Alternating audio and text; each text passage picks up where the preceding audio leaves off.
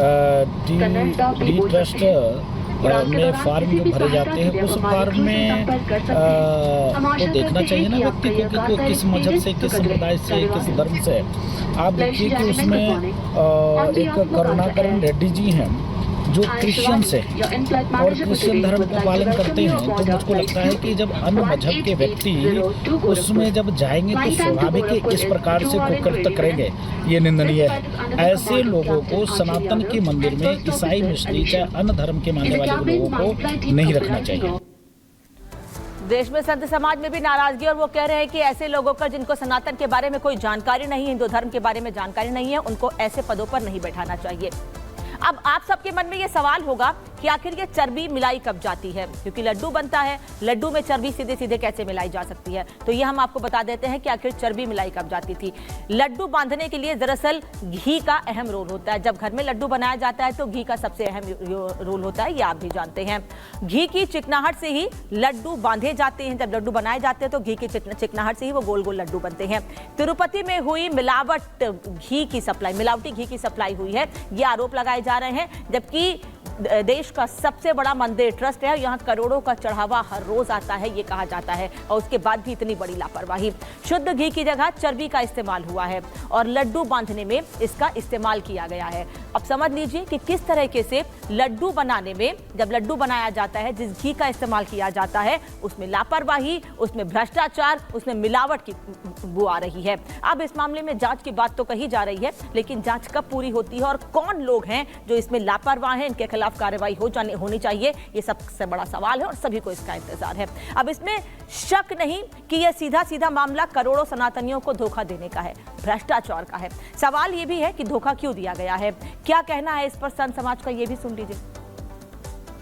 हिंदुओं आस्था के साथ खिलवाड़ हुआ है और सख्त कार्रवाई होनी चाहिए, क्योंकि यहाँ लाखों लोग दर्शन पूजन करने के लिए आते हैं और सब आस्था भरे भाव से आते हैं, और आस्था के साथ इस प्रकार से मजाक किए जाएं, ये दुर्भाग्यपूर्ण है। मैं मांग करता हूँ कि जो लोग इसमें गुनहगार हैं उनकी फांसी की सजा हो, क्योंकि राष्ट्रद्रोह की मुकदमा कायम हो और फांसी की सजा हो।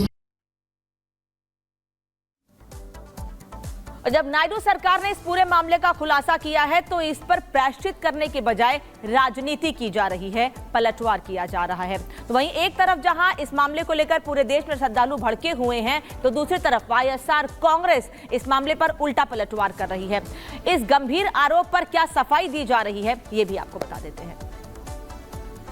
तो इस पूरे मामले में प्रायश्चित की जगह पलटवार किया जा रहा है। वाईएसआर कांग्रेस और टीडीपी में इस मामले में तकरार हो रही है और इस पूरे मामले को राजनीति से प्रेरित बताया जा रहा है। वाईएसआर कांग्रेस पार्टी ने दावा खारिज कर दिया है और वो कह रहे हैं कि ये राजनीति से प्रेरित आरोप है, पार्टी को बदनाम करने की कोशिश है। और वो ये भी कह रहे हैं कि हमारे मुखिया यानी पूर्व मुख्यमंत्री जगन मोहन रेड्डी को बदनाम करने की कोशिश है। ये भी कहा जा रहा है कि सीएम नायडू झूठ फैला रहे हैं, उन पर झूठ फैलाने का आरोप लगाया जा रहा है। वाईएसआर कांग्रेस के ये नेता कह रहे हैं कि वो झूठ फैला रहे हैं, लोगों को बरगला रहे हैं, लोगों तक गलत जानकारी पहुंचा रहे हैं। जबकि इस पूरे मामले की जांच हो गई है, जांच के बाद रिपोर्ट सामने आ गई है और रिपोर्ट में ये साफ हो गया है। और मैंने पहले भी आपको शुरुआत में ही बताया था कि एक बार नहीं बल्कि 2 बार जांच हुई है, 9 जुलाई को और उसके बाद 23 जुलाई को मामले की जांच की गई है। और इस बीच एक बड़ी खबर आ रही है, तिरुपति प्रसादम में मिलावट मामले पर केंद्र सरकार सख्त। सरकार ने आंध्र प्रदेश सरकार से इस पूरे मामले में रिपोर्ट मांगी है। स्वास्थ्य मंत्री जेपी नड्डा ने आंध्र प्रदेश के सीएम से इस मामले में बातचीत की है। नड्डा ने कहा है कि जांच के बाद दोषियों पर कार्रवाई होगी। इस पूरे मामले में सरकार से जांच रिपोर्ट मांगी गई है, जांच करे सरकार, उसके बाद रिपोर्ट तैयार करे। हालांकि जो रिपोर्ट सामने आई है उस कमेटी की जो इस पूरे मामले की जांच कर रही है, उस संस्था की जिसने पूरे मामले की जांच 2 बार की है, उसमें यह साफ हो गया है कि मिलावट की गई है। लड्डू में सीधे सीधे नहीं, लेकिन जिस घी का इस्तेमाल किया गया है लड्डू को बांधने में, उस लड्डू में चर्बी मिलाई गई थी, उसमें एनिमल फैट का इस्तेमाल किया गया था, उसमें मछली के तेल का इस्तेमाल किया गया था। यानी कि सस्ता घी लाया गया, खराब घी लाया गया, जिससे लड्डू बनाए गए और वो भगवान को भोग लगाया गया और लोगों को दिया गया।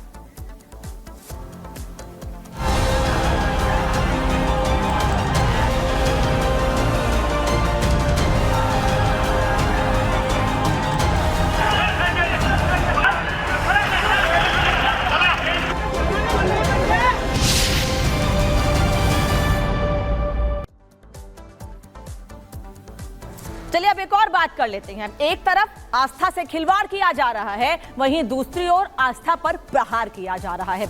ऐसा हम क्यों कह रहे हैं ये आपको बता देते हैं।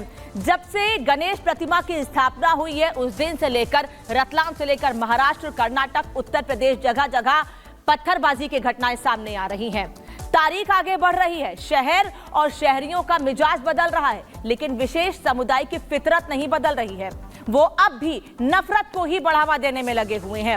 अब कहां पत्थरबाजों के निशाने पर हिंदू आए हैं, इस रिपोर्ट को देख लीजिए, क्योंकि पत्थरबाजों की खोटी नीयत को उजागर करती ये रिपोर्ट देखना और समझना जरूरी है आपको कि कैसे एक तरफ आस्था पर आघात किया जा रहा है, दूसरी ओर आस्था पर प्रहार किया जा रहा है।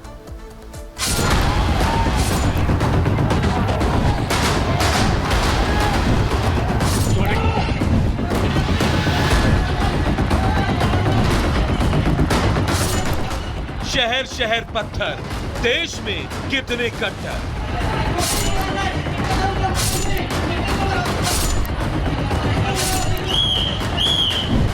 दावणगेरे टू नंदुरबार स्पॉट हुए पत्थरबाज।